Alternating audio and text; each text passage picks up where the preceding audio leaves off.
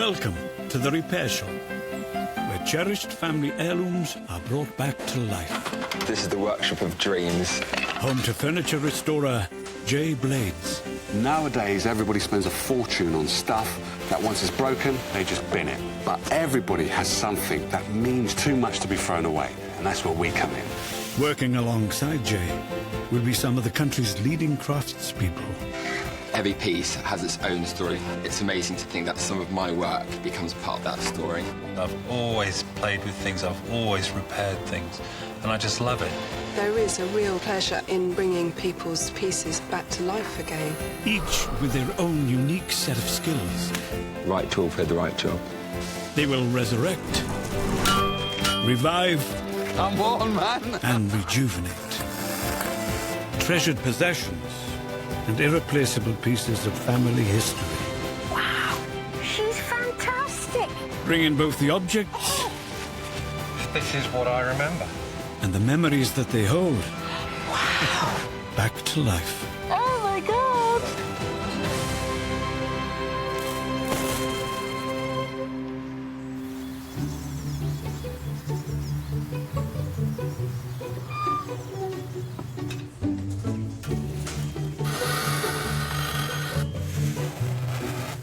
In the repair shop today, it's man versus metal, as Dom joins forces with one of Britain's last remaining master coopers. I'm going to teach you how to do it the old-fashioned way. Eat it. And master saddle maker Suzie works on an A-list antique. Oh, it's fantastic. Nice bit of history and famous maker and everything. Oh, it's a complete honour. Absolute honour.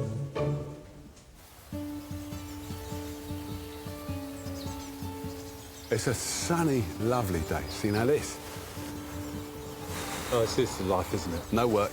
Well, I don't know about that. No work. Hello. How we doing? Hello. I'm Jay. Hi. Ryan. I'm Phil. So what have you got for us? We have a watch. Steve? Sounds like a job for you, mate. Yeah, come on. In you come. Okay, thank you. Okay, thank you very much.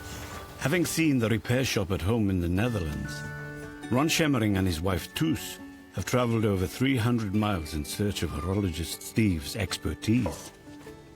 This is the watch. And it was a watch of my grandfather and my grandmother. And this is what you would call the Albert chain. Yes. And this is my grandmother. Okay. They were living in Indonesia before the war. After the Japanese invaded Indonesia in the Second World War, Yeah. they were both arrested and sent to the prisoners of war camp. Oh, right. Yeah. My grandfather was taken to the Burma Railway to work there, and my grandmother was taken to a women's camp on Sumatra. Right. Fleeing from your house and being arrested, the only thing she could take with her was this watch. So she sewed it in her clothes, and it stayed there as long as she was in the prisoner of war camp. How long was she in the prison? How long was 4 she? years. 4 years. She sold that in there. In her Wow. dress. Yeah. I know items like this were traded as currency. For food. Yes, exactly. Yeah. And not only would she be hiding this from the guards, but hiding it from the other interned people as well. Yeah. So this means a huge amount to you. It is. There is no family history except the watch. This is it. That's the only This is it. photograph. So after my grandmother passed away in 1964, my father got it. My father passed away 5 years ago. Right. So now it's past a year. Yeah. How well did you know your grandparents? Well, I was 5 or 6 when my grandmother passed away. So I know her as the lady in the chair with smoking her cigarettes. Have you ever seen it work? Has it ever been? No. I never seen it work because when I got it from my father, it was in this state. Right. The hands are missing, the glass is missing. The case is slightly dented, isn't it? Yeah. I'm looking at this and thinking, I don't want to do it up too much. Mm-hmm. It has to keep its provenance. Exactly, yeah. There's always will stay in a family. Yeah. We don't have children, but I have a nephew who is crazy about family things, and right. it will go to him. Ron must now return to Holland taken the chain with his grandmother's picture with him, but leaving the treasured watch at the repair shop with Steve. It's the only thing left from my grandmother, and the time before 1945. I went to England for this guy, so I'm sure he can fix it. So I'm excited. This is a really amazing watch, and it's even more amazing considering the history that it's had. The fact that it was sewn into a dress for 4 years in a prisoner of war camp. I think it's really surprising that it's actually survived in this state. A watch this size calls for some serious magnification. It's got some things in the case. The mechanism is fairly gunged up, actually. It certainly needs a jolly good clean through. Whenever you get that eye out, you know I want to have a go. How can I have a look at what you're seeing? There you go. Thank you. Oh, wow. So can you see why it's not working? There is power getting through there, so I think with just a good overhaul, maybe some work to the escapement. So will all of that, see that this kind of dirt mark around there, that will go then, yeah? Some of it will, not all of it. Okay. Well, because we want to leave some of the history. Yeah, and have a little hand in the middle? Yep, straighten these hands up, put a second's hand on. And it really gives me great satisfaction to actually take a clock or a watch that's important to somebody, and you're keeping it alive, keeping it going for future generations. You've got to have a passion or a love to do this type of work. It is absolutely a passion. You want to go the extra mile, because you do go the extra mile.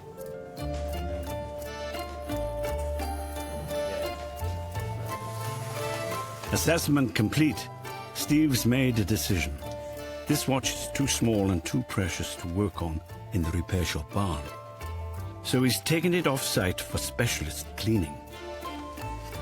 I really need to strip it down to check and see what the problems are, because these mechanisms are so fine that any dust that's falling out of this old thatched barn could affect it.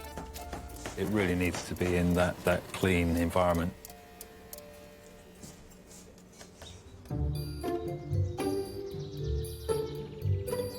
Next, a rusty antiquity, which should feel right at home in the rural setting of the repair shop.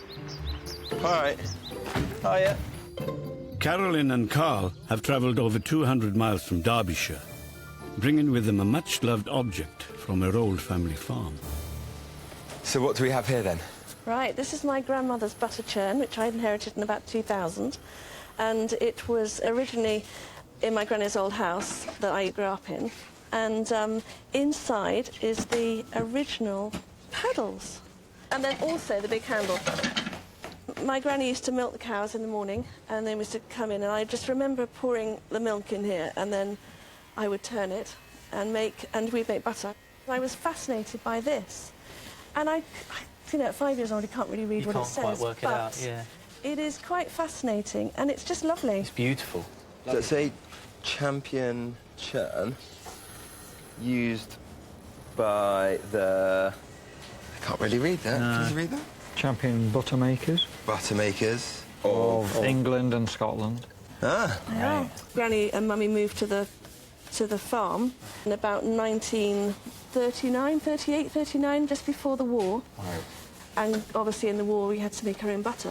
Yeah. And they would probably have made it just for the family or just for the people on the farm or just locals, I don't know. When do you think she last used it? Well, I remember using it probably the late 60s, early 70s. What would it mean to you to have this restored? Amazing. It'd be really, really amazing. It'd be like going back in time for me. But what it would really do, it'd take me right back to me and my granny. And I'm very like my granny. And then I think about it, I go a bit sorry about that. But we were very close, and she taught me an awful lot in life, and I just sort of would like to be a bit like her, really. Don't want to state the obvious, but what would you like us to do? I would love you to get it working properly. Okay. And actually looking like it would have done when it was made. And I think my whole family would just really appreciate it as well, because I've got 3 children, and it would be handed down to them. It would always stay in the family. Teach them how to use it. And I could teach them. Yeah. I think all the old ways are lost. You know, none of us know how to make No anything idea. anymore, and it's all done for us, and we can buy it in the supermarket. It'd be great to just be an old-fashioned way of doing it. Would be great. And I'm sure your granny will be really happy to see that you're taking care of it and keeping it in the family and keeping it on. This means a lot to Carolyn to have this back in the family. If I could pass it on to my children and give them the benefits that I had from my grandparents and my parents, then I think my life would be perfect. What do you reckon? I'm just quite concerned about these cracks going down the sides and cracks in the bottom. On the bottom as well. It's all the wood is... Not very milk-proof or butterproof, Not waterproof at all, no. See, it's missing a strap here as well, which is probably part of the reason why it's all started giving way.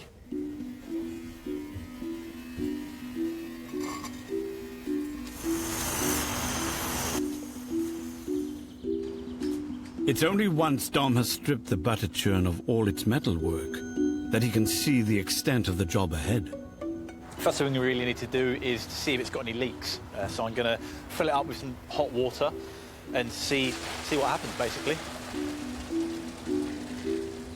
I'm just sloshing the water around inside just to try and...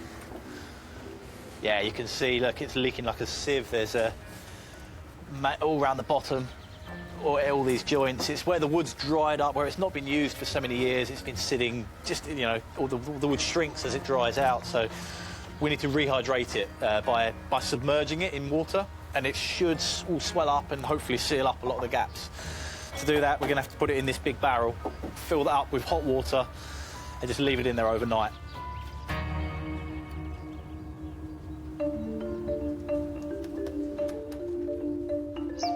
Next to arrive at the repair shop, Tom Pfister needs help with a well-travelled trunk. Yeah, bring it over. We'll put it on the bench there. Yeah. This is one for Suzie. Hello. I'm Tom. Lovely to meet you, Tom. You too. Oh, this is fantastic. The repair shop is becoming something of a family affair. Master saddle maker Suzie is Steve's sister. Oh, this is lovely. What do we have here? My great-granddad's trunk. Really? That's right. The lettering on this side, HFP, stands for what? Oh, Henrico Federico Pfister. And what did he use it for?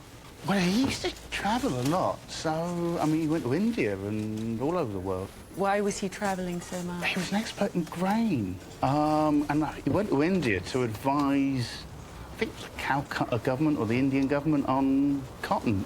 All sorts of stuff. I mean, he went Greece, Italy, Spain. So a world yeah, I mean, all over the world. He went everywhere. Why we see all these dings and scratches and whatnot. And what make of case do we have? Oh, it's a Louis Vuitton.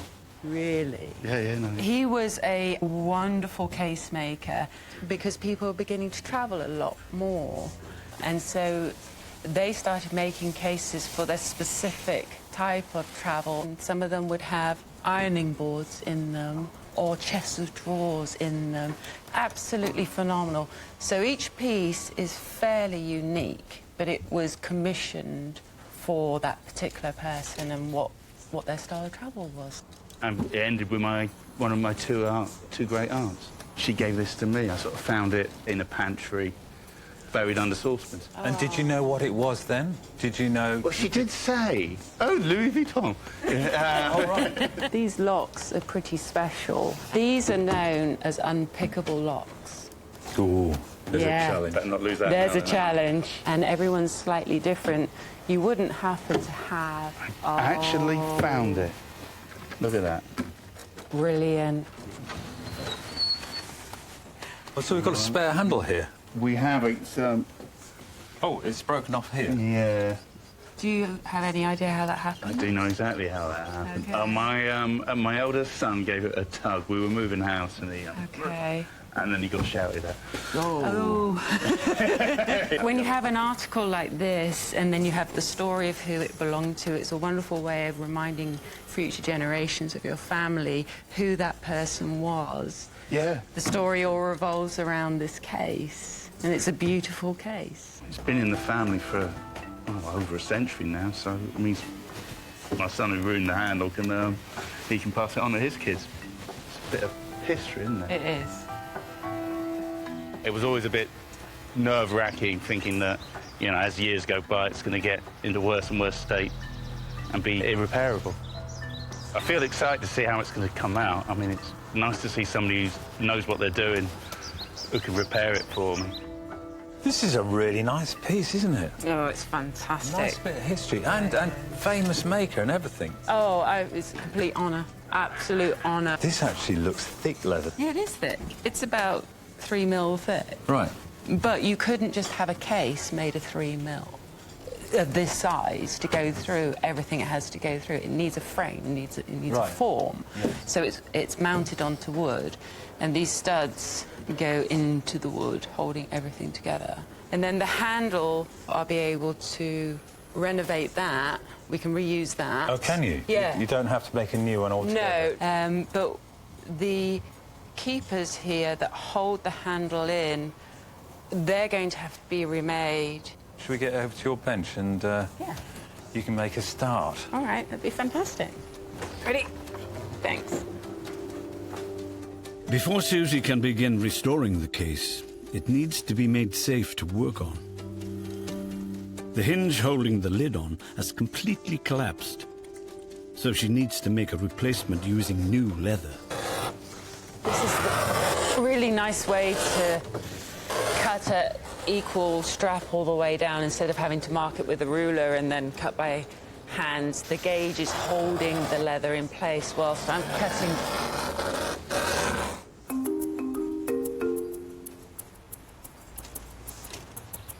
Got to do a straight edge.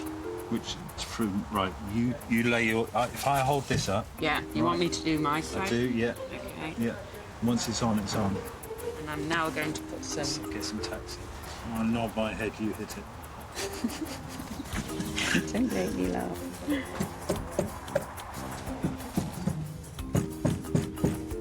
The pedigree of this vintage trunk has piqued Jay's interest. So it's a Louis Vuitton case. Yeah. I ain't seen one of these. They don't sell something like this anymore, do they? No, you don't find them every day. They're fairly rare. So this here, that's wood, isn't it? Yeah, it is wood. They would normally use pine or ash, something like that. All of the studs have the maker's name on. I do like this a lot. This is nice. So, what have you found out about him? Well, I found out that he was quite a workhorse. He started his life working around about 15 years of age when he left home at 13 and he walked for 2 years to Paris.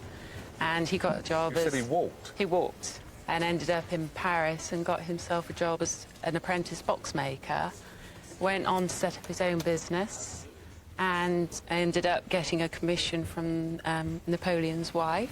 Oh. So that elevated his position. His status then, yeah? Yeah. He moved up the ranks? He certainly did, Okay. yeah. So if he was good enough to make a case for Napoleon's wife, then everybody would want him. They'd be like, well, hold on a minute. That was his break. That was absolutely. And then later, his son developed the Louis Vuitton logo and the brown with the gold LVs on it. That was his son that developed that. So you see cases with that on, and in today's world you'll see that as well. Yeah. So this is the original, though, isn't it? Yeah. This is like, yeah. This is done by Dad. Yeah. This is a wonderful piece.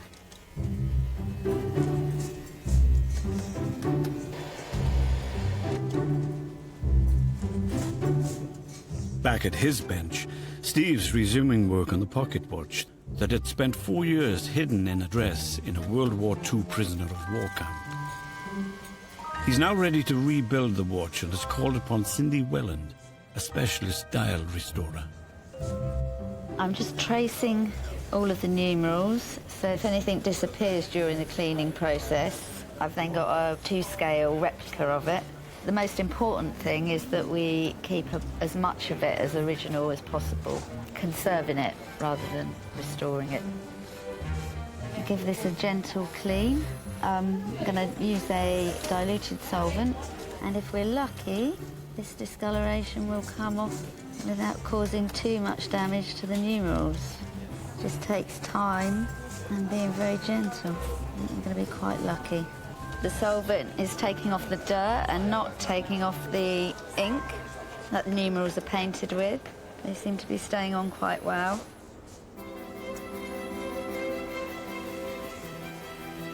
Clean-up mission accomplished. As Steve begins the rebuild, Cindy must painstakingly hand-paint the numerals that measure mere microns across.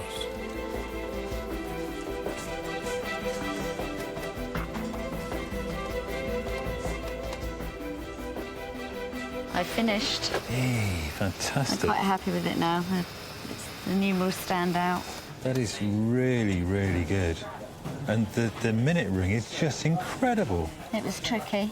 I think that is brilliant. You can still see some of the discoloration, but... Yeah. And I think because you haven't cleaned it, you know, all off and shone it up, I think that actually, you know, that's going to keep the integrity of the piece. I think they're going to be so pleased with this. I'm chuffed to bits with that, so Good. Well done. Over at the metal workshop, Dom has been joined by Alastair Simms to help with the 160-year-old butter churn. Hey, you must be Alastair. Hiya, Dom. Nice to meet you. Nice to meet you. Thank you for coming down. Not a problem. Come and have a look. Alastair is one of Britain's last remaining master coopers, skilled in the ancient trade of making casks, barrels and other containers out of steamed wood, bound with metal. A craft that has been around since the Roman times. I think it looks really, really good. I think it looks watertight, I think. OK. So I think what next thing to do is to make some hoops, which are the bands that fit on here. Yes. 'Cause obviously you've got two missing. Yeah. So we've got some hoop iron. We can make 2 new hoops to go on there. So it's 49 inches, piece of hoop, and then... Do you want me to just cut that off? Yeah. I've got the grinder. No. I've got a grinder. I've got to just chop it off with a cutting disc, no? No. Yeah, I'm going to teach you how to do it the old-fashioned All right. way. But with this? Yeah. Go on then, I'm standing back here.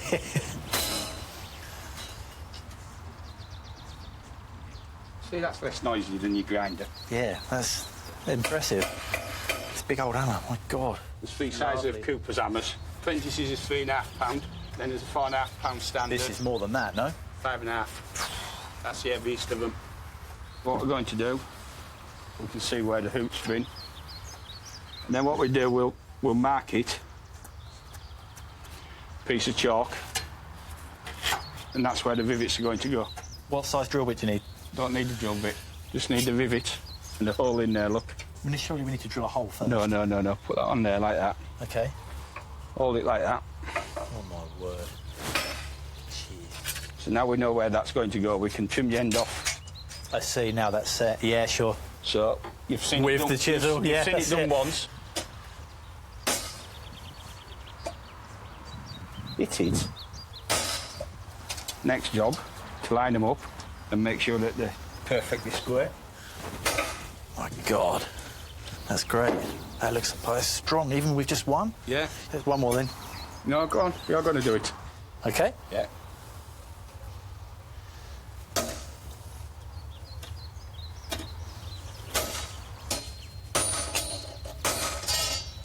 How's that look? It's better than your one.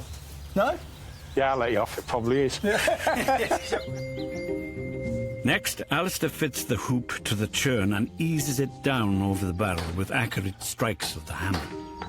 It's been an education. I've learned so much from him, having a go at the rivets and just looking at his tools and everything he's got is so specific, and he's, you know, it's beautiful working with a true craftsman. It's been really good fun. It's great. It's almost down, isn't it? Thank you very much. Oh, thank you. Thank you. Pleasure working with you. You too. Steve's nearly finished putting the microscopic components of the war watch mechanism back together. I'm just putting the final, more delicate parts in. Quite nervous about doing this, actually, because I find these jobs, doing such small jobs, quite difficult. I usually work on clocks, not watches, so to do such an important watch is quite pressurised.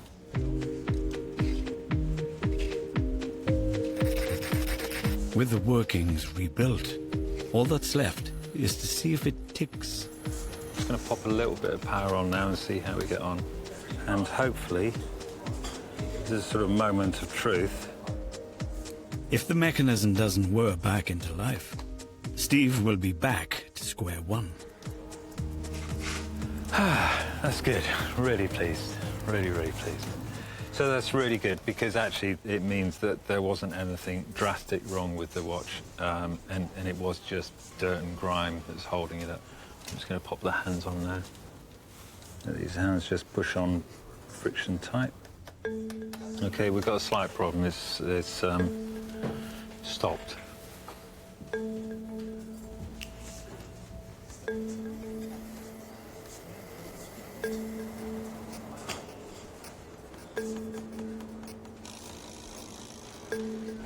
OK. Well, that's a relief. It was just the seconds hand touching the dial. Thank goodness for that. The seconds hand is actually attached to a very fine part of the mechanism, and the slightest bit of friction actually will stop the watch, so it's very important that that doesn't touch the dial. So, very pleased that that's all it was. With the mechanism up and running, Steve can begin to fit the delicate watch back into its casing.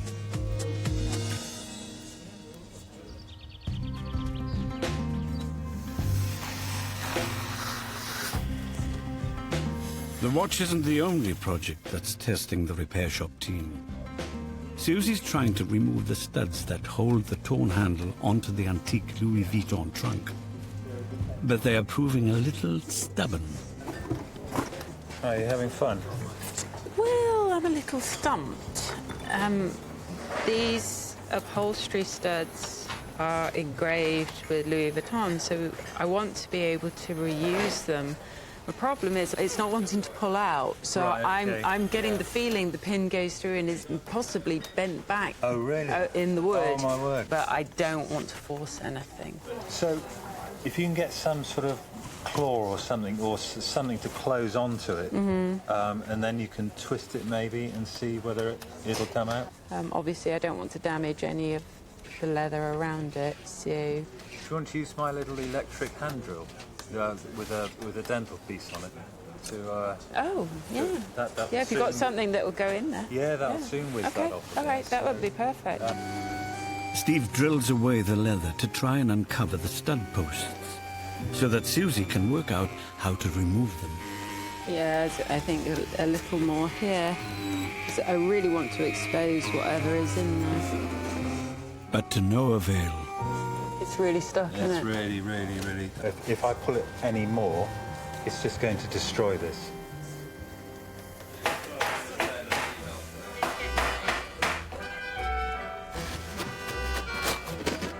Having had no luck prizing the studs from the front, Susie's attacking from the other side. In order to replace the handles on the outside, they're held on with these studs that go all the way through the wood, and they're burred on the other side. I have to drill out the back of the stud, and in order to get to the back of these studs, I've had to carefully take out all of the linen that lines the case, making sure that I don't damage that in the process, because I'll be putting that back. So it's a case of me getting inside the case to drill the back out.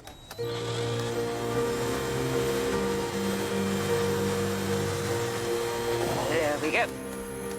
I use my handy-dandy little magnet, and I'm just going to remove these filings so you can see there is the original stud. After I've drilled out the rivets from the back, I have to release them from where they've lived for the last 100 years.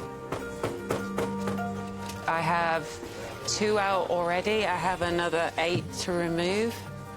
Just very gently get in behind it. This has ended up taking a lot more work than I initially thought, but it's okay. You just keep peeling away, remembering somebody made this case, so we can remake it. I'm just taking my time. You never want to rush it. You don't feel the pressure of time. Gently does it. Perfect.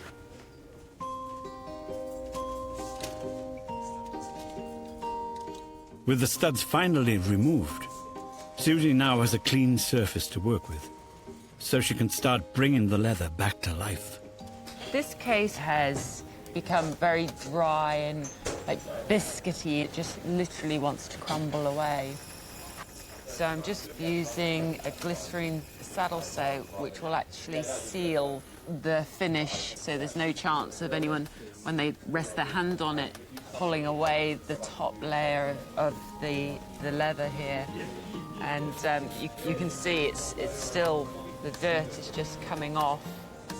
Susie's got hours of leather conditioning ahead of her if she's going to get this Victorian trunk looking its best again.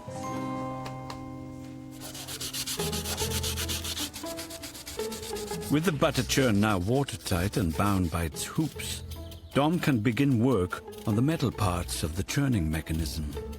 They've been blasted, stripped, now they're bare metal, and now we're going on with the paint, which is a super hard-wearing, like satin black finish. Next, the lettering. Whilst taking the butter churn apart, there was evidence on all of these the cast items with text that they had remnants of yellow. So I've matched the yellow to this enamel paint, and I'm just filling them back in.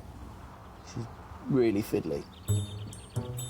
I heard there's some painting going on here. You're right, Jay. How's it going? Are you breathing there? I'm kind of holding my breath. Yeah. You've got a steady hand, though, I'll give you that. Thank you. You're not shaking. Thank you, no. You know I'm sitting there. You know I want to have a go, didn't you? Well, I haven't finished this one yet. It's got the biggest letters of all. All right, what I'm going to do is I'm going to go for the end first. I always like working backwards. Oh, wow. Good. Yeah, it's good, it's good. Breathe. You breathe, yeah, can't hold your breath. Don't shake. Keep it steady. C. Hold on, that C's not as good as your C. It looks more like a G now, doesn't it? Yeah. Oh, man. You know what? I was doing so well. Got the champion going now. I could go. No, it's good. It's really good. Yeah? I'm impressed. No, you know what? That's hard. That's really hard. Well, thanks for your help. No, you're welcome, sir.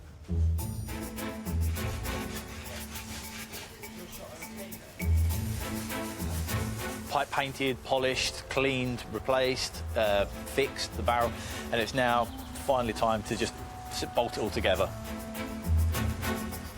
It's been a very long process to get everything to this point, and I'm really looking forward to seeing it back in action.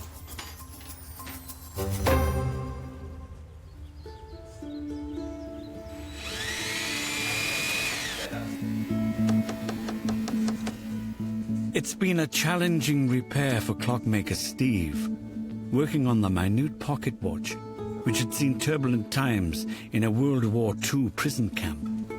There's the timekeeper. How we doing, Steve? Yeah, good, thanks. Got all the mechanism done. It's ticking away beautifully, look at that. Oh, yeah. But you know what? I need to sit through that. You do? It's that way, isn't it? Is it? No. Oh, it's that way.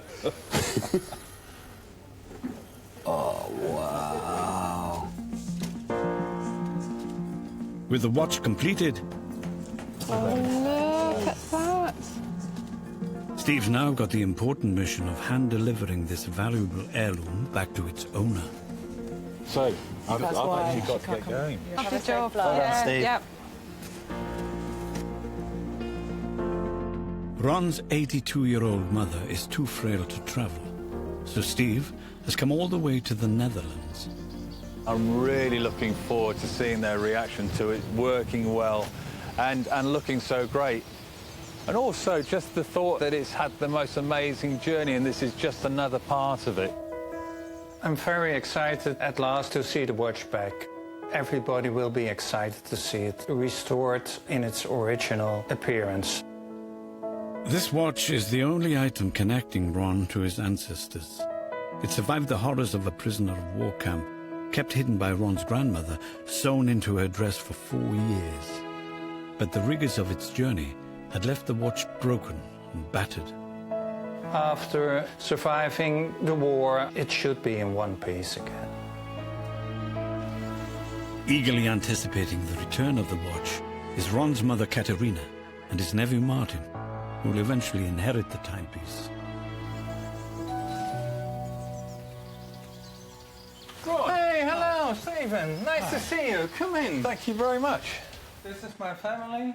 Hello. This is a moment I've been looking forward to because I know how much this watch means to you all. I am very excited for this moment.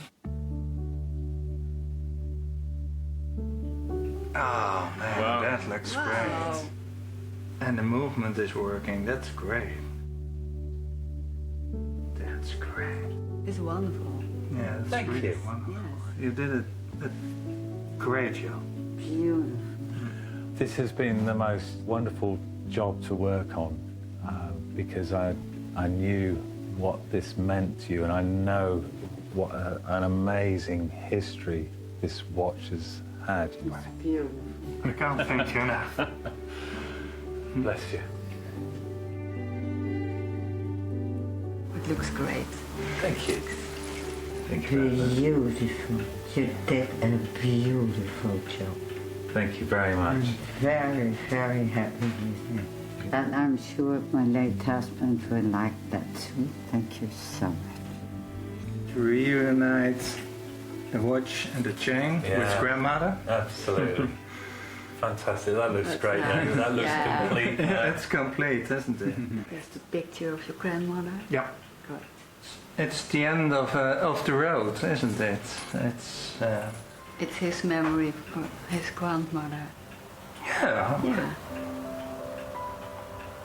Am I there? It's home again. Thank you very much. Yeah. Thanks. It was an emotional moment for me because I loved my mother-in-law very, very much, and I knew what a difficult time she had. I think this watch is a symbol of courage, and for us, very important.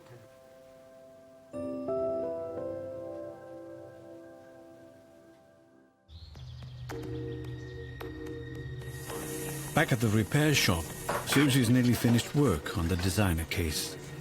There's just one finishing touch, something that all Louis Vuitton cases of the time would have had. An overstrap that secures the trunk. This is going to be the tab that goes through the buckle. I just nip off these corners and you point the end like this, helps to feed it through. Suzie uses her arsenal of specialist leatherwork tools to trim, Just put it on the edge there and run it gently along. edge and crease the strap. Before sewing the two pieces together. Here's my awl, and these are just surface marks. So the idea is to follow that angle and push it straight through. I'm using 2 needles. Bring the needles through. I go back 1 stitch before coming forward. Put the needle on top of the thread and draw it up. Finally, the challenge of making a new strap look like an antique. The strap needs to be distressed to blend with the age of the case. And gravel is wonderful for creating all sorts of scratches and indentations that will make it look like it's had a bit of a life. Yeah, it's coming out great. Liking that. This trunk traveled the world in the Victorian era, but those journeys had taken their toll. It was up to Suzie to ensure it lasts another 100 years, so that owner Tom has a lasting legacy of his great-grandfather, Enrico. Hey, Tom. Hello. It's Big good red to thing. see you again. Yeah, you too. Yeah, how are you? How we doing, mate? You all right? I'm all right, I'm good. What did it look like when you brought it in here, then? Oh, it was trolley. Yeah? Bits were falling off. It was a little tired. It was it seen better days. You ready to see it? I certainly am. Just stand back.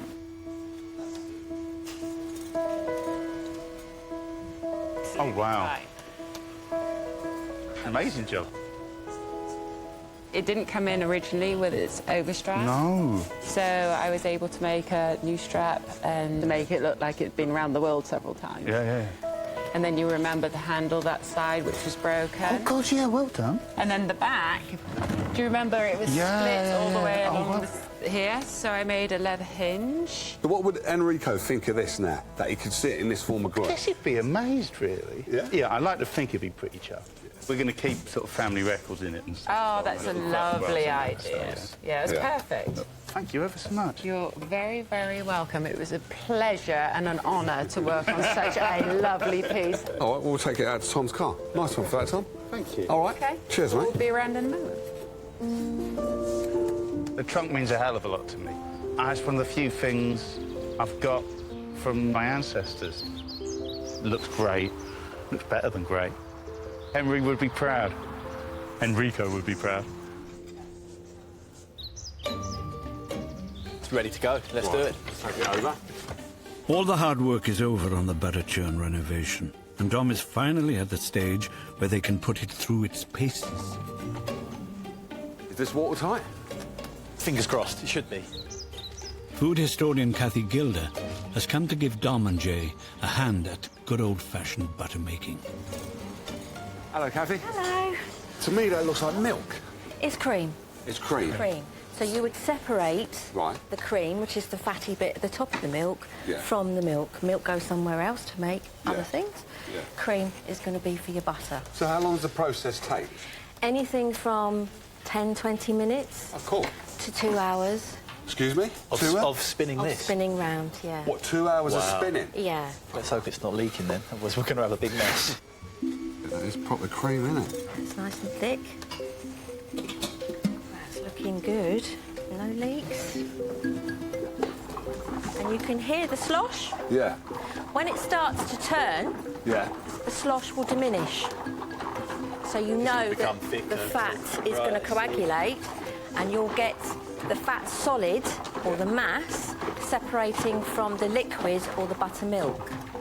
It's all right, actually. There's no leaks It's at no, all. it's, yeah. Not yet. That's enough. Well, we'll have a look. Can we have a look? Is it? Have a look. Yeah. Okay, so Oh, wow. That's butter. Look at that. we're nearly there. Okay. You just need to agitate it some more on the inside. Really quick, like that, We're, This is tough. it's a good workout, isn't it? This is a proper workout. Keep going.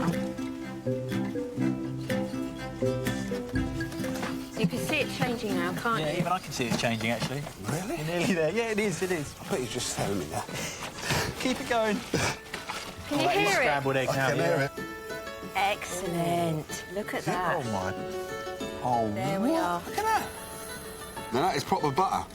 Yeah, it's hard. Yeah, it's great. Guys, you've got to taste this. This is... We made butter. Oh, you've been taking your time. Oh, it's ready with the bread. Been looking forward to this. Nice. Well done. I've never had butter like that.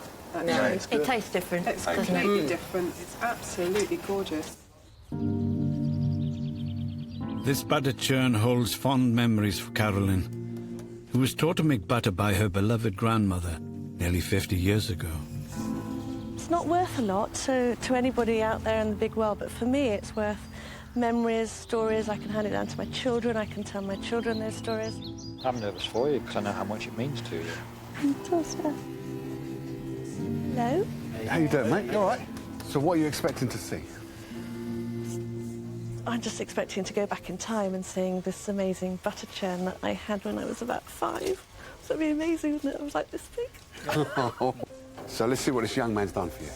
Okay. Oh my God! Oh, that's unbelievable. Unbelievable. Oh my God! That is absolutely It's fantastic. not what I was expecting at all. That is unbelievable. That is Wow. amazing. All of this, do you remember we couldn't Oh, read? you just, it was hardly just, make you that couldn't out. even read it out. No. Thank you so much. Absolutely fantastic. That's nice, isn't it? Yes, absolutely beautiful. You're welcome. Don't want to cry, but oh my God! As you remember. It's better. Oh, bless you. It's a lot better than I remember, done, but mate. it's Well just done. amazing. Well done. Well, I didn't even know what to expect. But you couldn't read this, you couldn't read that, you couldn't see this. Detail and everything, that's Didn't even incredible. turn. It actually works. We made some butter. No, really, I'm not joking with Oh, you. you're joking! Look, we've got... These are yours, if I remember rightly.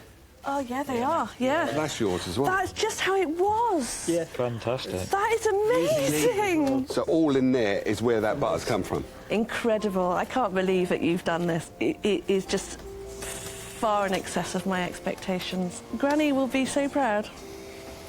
Yeah, she'll be looking down, smiling to herself, going, ah, she's got some work to do now. It's nothing like I expected at all. It's better, bigger, more just overwhelming. It's great to see what it would have looked like all those years ago, and it must be, what, 150, 160 years old? Yeah, easily now. And to see the butter, oh my gosh, I can't believe that they made butter out of it.